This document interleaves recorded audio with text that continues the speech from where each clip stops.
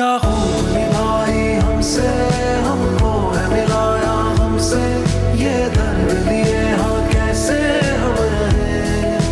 हो है आग लगाई जब से, हम राख हुए हैं तब से, क्या खाक बचे हैं अब हम क्या करें।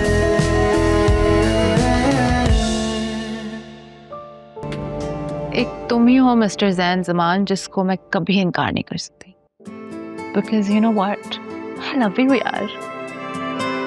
अम्मी ये ताया वो इतने अच्छे हैं, मतलब देखा जाए तो उनमें अपने पैसों का बिल्कुल भी कोई गुरूर नहीं है।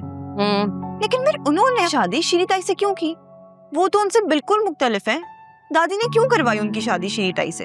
अरे भाई, दादी ने नहीं कराई शादी, हामिद भाई की पसंद की शादी थी। हामिद भाई और शीरी भाभी दोनों यूनिवर्सिटी में साथ पढ़ते थे, बस पसंद कर लिया एक दूसरे को और कर ली शादी। अब आपका मतलब है कि उनकी लव मैरिज हुई थी?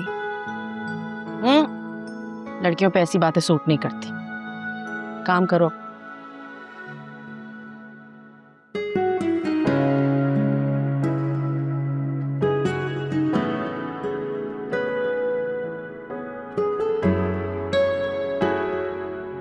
Thank you. हमें तो मुझे विमेंस क्लब में डोनेशन देना है, तो 30 लाख का चेक काट दे। शेरी, बाहर की दुनिया को छोड़कर अगर तुम घर पे तवज्जो दो तो ज्यादा अच्छा है। आई थिंक इस घर में तुम्हारी कुछ रिस्पॉन्सिबिलिटीज हैं जिनका तुम्हें एहसास नहीं है। कौन सी रिस्पॉन्सिबिलिटीज को मैं पूरा नहीं करती? 3 औलादें दी हैं आपको, सेहतमंद पाल पोस के बड़ा किया है, आपके बड़े बेटे को अब्रॉड भिजवाया है। आप क्या चाहते हो? मैं अपनी सोशल लाइफ छोड़कर घर की बांदी बन जाऊं? मैं बस ये चाहता हूं कि तुम बच्चों पर तवज्जो दो। तवज्जो देती हूँ मैं। आप भूल गए, सुफियान को मैंने ही कन्विंस किया था ना कि यूएस जाए। अगर मैं नहीं होती तो वो नहीं चाहता, क्योंकि वो मान ही नहीं रहा था। फिर भी आपको हर वक्त मेरी ही सेंस ऑफ रिस्पॉन्सिबिलिटी से शिकायत रहती है। और अरसलान, क्या वो तुम्हारी जिम्मेदारी नहीं है? हाल देखा है उसका? क्या बुराई है अरसलान में?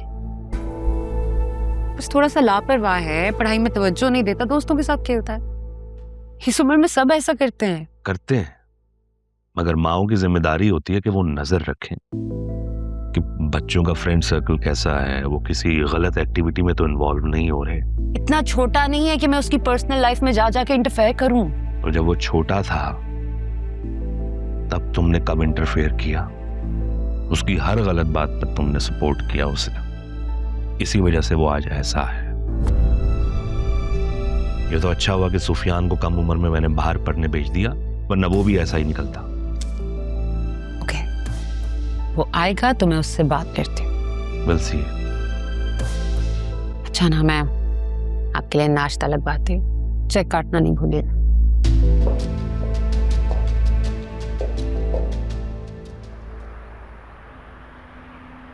डैड को जब देखो ये जायशा और राफे की तारीफें करते रहते हैं और सारी बुराइयां हमें नजर आती हैं इनको। मुझे लगता है डैड को लगता है कि हम उनकी सौतेली औलाद है और वो उनकी सगी औलाद। आप मुझसे लिखवा लें, एक दिन आएगा कि डैड अपनी आधी जायदाद उठा के उस आलिया चच्ची और उनके बच्चों के नाम कर देंगे और हम बस खड़े देखते रह जाएंगे। अच्छा, वो जायदाद उनके नाम कर देंगे और मैं होने दूंगी? मॉम ठीक कह रहा है ये। डैड जिस दिन ना उनको कुछ देने का फैसला करेंगे ना, आप कुछ नहीं कर पाएंगी। तो I just hate them all. खास तौर पे वो 2 टके का राफे, उसको देखता हूं ना मेरा खून खौलता है। वो समझता क्या है खुद को? जहर लगता है मुझे ना सब जहर लगता है। मुझसे बर्दाश्त नहीं होता कि मैं कब धक्के लेके उन्हें घर से निकाल दूं। लगते हैं ना जहर आपको? लगते हैं ना जहर? तो मॉम कुछ कर रही है इसका। कहने से कुछ नहीं होता। लात मारे और 2 टके के लोगों को घर से निकालें बाहर। सुनो मॉम, उनको तो निकाल देंगी, लेकिन तुम तो कुछ करना स्टार्ट करो। कब तक ये सब आवारागर्दियां करते रहोगे? डैड बिल्कुल ठीक कहते हैं तुम्हारे बारे में। तुम मेरी बात सुनो, अपनी बकवास ना बंद रखा करो। बड़ा भाइयों तुम्हारा इज्जत से बात किया करो। बड़े भाइयों?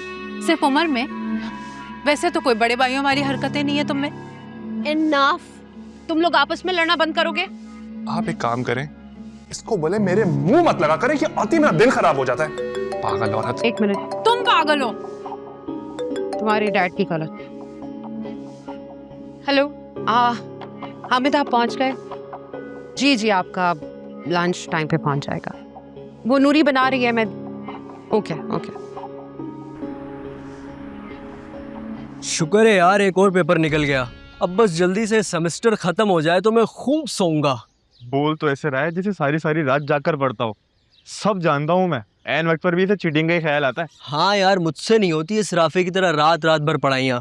सबसे ज्यादा जीपीए भी इसी का ही आता है। कैसे कर लेता है इतनी एफर्ट, हमसे नहीं होती।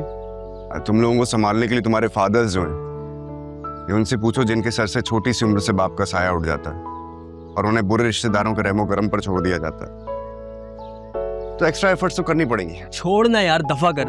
मुझे पता है तुम एक दिन बहुत तरक्की करोगे। अच्छा सुन, मैंने तुझसे वो अंकल से जॉब के बारे में बात करने का कहा था, तूने की? अरे यार मैं भूल गया।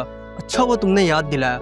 यार मैंने की थी पापा से बात, शायद वो कह रहे थे कि 1-2 दिन में इंटरव्यू के लिए कॉल आ जाए। क्या भुलक्कड़ आदमी है यार, इतनी जरूरी बात थी मेरे लिए वो। अबे यार तुम्हें पता तो है ऐसा ही हूँ मैं यार। अच्छा यार कुछ खाने के लिए चलेगा प्लीज यार? नहीं यार, मेरी बाइक खराब है, मुझे उसको बनवाने जाना है। तुम लोग जाओ ना, मिलते हैं। चलो फिर कल मिलते हैं। अच्छा मेरे नोट्स लाजिम लेके आना।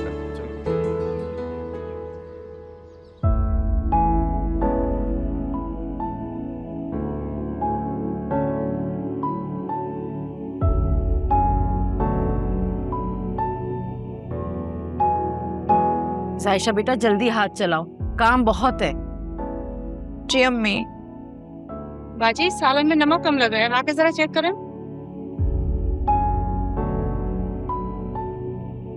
खाओ।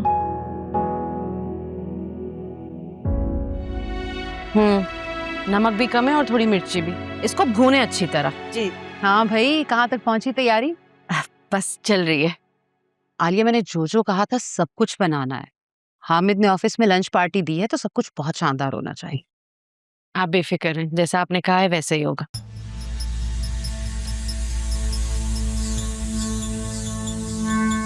अरे जायशा, तुम तो जरा से काम पे रोना ही शुरू हो गई।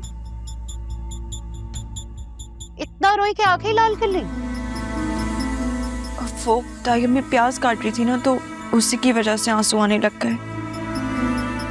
लो भाई, इतनी सी प्याज काटी और आंसू आ गए। इसीलिए कहती हूँ कि लड़कियों को ना घर के काम आने चाहिए। ससुराल में तंगी नहीं होती। अब अल्लाह जाने आगे जाके तुम्हें नौकर चाकर मिलने भी है या नहीं।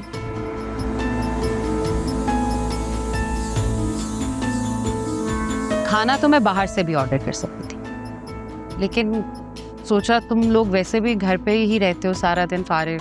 ऊपर से हामिद हर वक्त कहते रहते हैं कि आलिया की फैमिली बहुत ज़्यादा खुददार है, तो जाहिर है खुददार लोग जो होते हैं उनकी कोशिश होती है कि जिस घर में रहें, जिस घर में खाएं पिएं, उनके किसी काम आ जाएं। तो मैंने सोचा तुम लोग भी यही सोचती होगी।